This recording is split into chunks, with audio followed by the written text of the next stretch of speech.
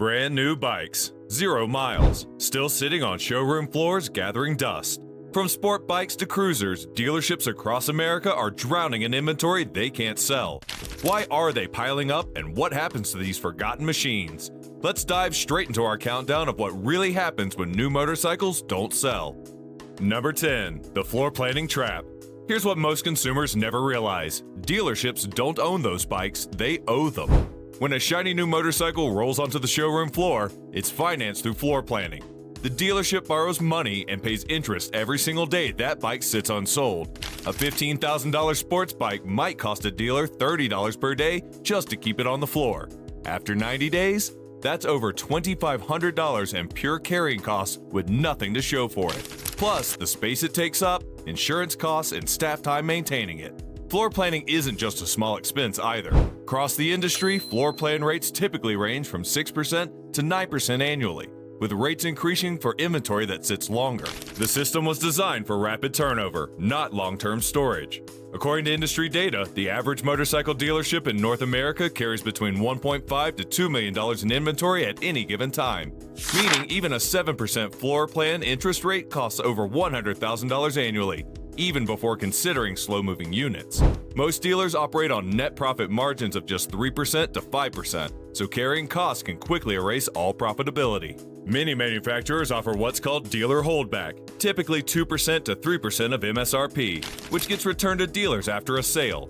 This creates a financial buffer, but only when bikes actually sell. The real cost of floor planning is felt most severely by smaller independent dealers who lack the financial reserves of larger multi-location operations. Some floor plan providers also impose curtailment penalties, requiring partial payment on inventory that sits too long, creating an additional cash flow strain. Every day an unsold motorcycle sits is another day of bleeding money. Number 9. The deadly 60-day deadline. When a new bike arrives, the clock starts ticking. That's the unofficial window most dealerships aim for. Get the bike in, get it out, move on. If a motorcycle sells within 60 days, the system works. But once that bike crosses the 60-day mark without a buyer, the dealership starts losing money at every level. Customers notice when a bike has been sitting too long. It looks dated, feels neglected, and often gets passed over in favor of fresher stock. Dealership inventory management systems typically code motorcycles by aging status: green for under 60 days, yellow for 60 to 90 days, and red for over 90 days. Once a bike hits 120 days, many floor plan finance companies begin imposing curtailment requirements, forcing dealers to pay down a percentage of the principal. By 180 days, most inventory is flagged for mandatory action in dealer management systems.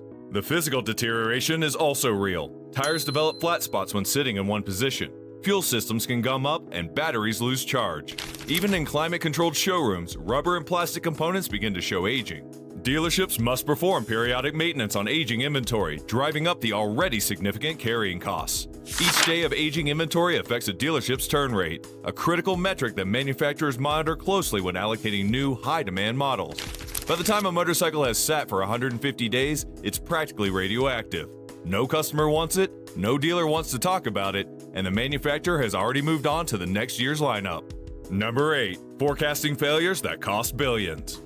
A bike built for everyone sometimes ends up selling to no one. Manufacturers rely on past sales data and market predictions to decide which bikes to produce. But consumer preferences shift faster than production cycles can adapt. Take KTM's 2024 crisis. The Austrian manufacturer found itself sitting on approximately 265,000 unsold motorcycles, an entire year's worth of production. This manufacturing miscalculation sent the company spiraling into $3 billion in debt, forcing layoffs and requiring government intervention. Industry analysis shows that manufacturers typically aim for a 60-day supply of motorcycles in the distribution pipeline. KTM's massive overproduction resulted in over 365 days of inventory, completely misaligned with market absorption capacity. The company's partner, Baja, which owns a significant minority stake, was reported to be considering purchasing some inventory for redistribution in the Indian market, though this wasn't officially confirmed. Proper demand forecasting requires triangulating dealer order data, consumer purchasing patterns, and economic indicators, not just extrapolating from short-term trends. All because they kept producing bikes that consumers weren't buying fast enough. Number 7. The desperate price-slashing game. From $15,000 to $12,000 overnight. When motorcycles sit unsold for longer than 90 days, dealerships resort to aggressive discounting. Take a Yamaha MT-07. If it lingers past its prime selling window, dealers might slash its price by 15% or more. Suddenly, a bike listed for $9,500 is going closer to $8,000. Online forums are filled with writers sharing stories of finding previous year models at steep discounts, sometimes with extended service contracts and zero financing thrown in. The discounting follows a predictable pattern industry-wide. Initial reductions of 5% to 7% typically offer at the 90-day mark. By 120 days, discounts often reach 10% to 15%. Previous model year bikes commonly see discounts of 15% to 20% once the new model year is released. For premium brands like BMW and Ducati, the percentage discounts may be smaller, but the absolute dollar amounts can be substantial, sometimes $4,000 to $5,000 off high-end touring models. Strategic bundling is another common tactic, with dealers offering accessory packages, extended warranties, or free maintenance programs that preserve some profit margin while still moving inventory. These price cuts can reach $3,000 or more off MSRP, and that's before factory incentives kick in. Number 6. The secret demo conversion. The trick dealers don't talk about: ride it just enough to call it used, then slash the price. This deliberate strategy opens up new pricing flexibility without signaling panic. One common tactic is the loaner fleet. When customers bring motorcycles in for servicing, the courtesy loaner just happens to be a brand new bike that hasn't sold. Over a few weeks, it racks up a few hundred miles, enough to classify it as used. Service department loaners typically accumulate 300 to 500 miles before being recirculated into sales inventory. Sales staff demo bikes often see similar mileage through customer test rides and employee familiarity rides. Dealers maintain strict documentation of these demos to comply with manufacturer requirements while still achieving the reclassification goal. This practice becomes most common at the end of model years or when new models are announced, creating a 60 to 90-day window where dealers aggressively convert slow-moving new inventory to used status. The conversion process typically involves a formal inspection, new documentation, and in some cases, a physical move to a different section of the showroom. With that single move, dealers can relist it at a much lower price without damaging the perceived value of other new bikes on the floor. If you're loving this insider look at what happens to unsold motorcycles, drop a like and subscribe for more automotive secrets. Number 5. Certified Pre-Owned Magic. CPO programs are critical for giving unsold new bikes a second chance under a more appealing label. These bikes return to the showroom as certified pre-owned, now boasting both a manufacturer-backed warranty and a reduced price tag. Consumers love CPO units because they offer a near-new condition, manufacturer-backed protection, and lower prices. Meanwhile, the dealership saves face by not having to publicly admit the model was a flop. For manufacturers, CPO programs serve dual purposes, helping clear inventory while also promoting brand loyalty. Manufacturers establish strict eligibility requirements, typically limiting CPO status to bikes under 5 years old with fewer than 30,000 miles, ensuring that inventory cycled through these programs maintains brand image. A bike that sat unsold for 6 months becomes a lightly ridden CPO deal with a bonus warranty. Suddenly, what once looked like a failure becomes a find. Number 4. The Great Dealer Swap. In New York, it won't sell, but in Colorado, it flies off the lot. This under-the-radar system moves inventory across state lines in search of more fertile ground. Different regions have wildly different buying habits. A super sport that's deadweight in a farming town might be a weekend staple in a coastal city.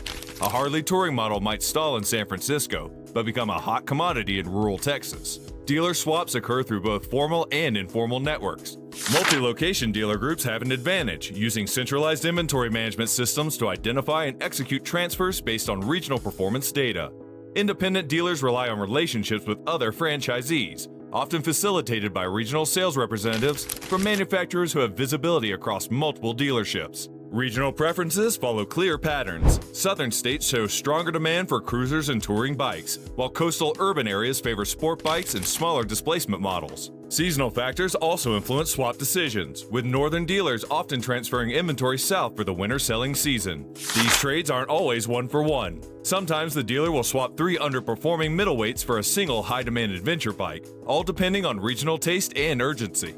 Number 3. Manufacturer buyback programs. When even dealer swaps don't solve the problem, manufacturers sometimes step in. Research confirms that in certain cases, manufacturers will repurchase unsold motorcycles from dealerships, often at a loss, to redistribute them to other markets where demand might be stronger. For instance, a model struggling in the United States might find new life in emerging markets across Asia or South America. Manufacturer buybacks typically occur under specific conditions outlined in dealer agreements. Most commonly, they are triggered during model year transitions, when clearing old inventory becomes critical to launching new products. The financial terms vary widely by manufacturer, with some offering full invoice reimbursement minus a restocking fee, while others purchase at substantially discounted rates that reflect the inventory's diminished value. Manufacturers maintain strict confidentiality around buyback programs to avoid undermining the perceived value of current production. These programs represent a significant cost, with major manufacturers budgeting tens of millions annually for inventory management. Honda and Yamaha, with their global distribution networks, have historically been more active in redistribution efforts than smaller manufacturers with limited market presence. This global redistribution helps balance inventory worldwide, though it comes at significant cost to the manufacturer. Number 2. The auction block last resort. When no one wants it, it's time to offload it to the wolves. Auctions are where motorcycles go when all other options have failed. The largest player in the space is Manheim, processing thousands of bikes weekly. A Harley that sat unsold for a year might fetch just $9,000 at auction. A hard loss for the dealer, but a clean slate. Motorcycle auctions operate on 2 distinct tiers: dealer-only closed auctions and open auctions. Closed auctions, restricted to franchise dealers of a particular brand, typically achieve 70 to 75% of retail value. Open auctions, where independent dealers, exporters, and rental companies compete, often achieve only 50% to 60% of retail value for aging inventory. The auction process follows a standardized sequence. Motorcycles undergo condition reporting with detailed documentation of any defects or maintenance needs. This transparency helps establish appropriate value expectations.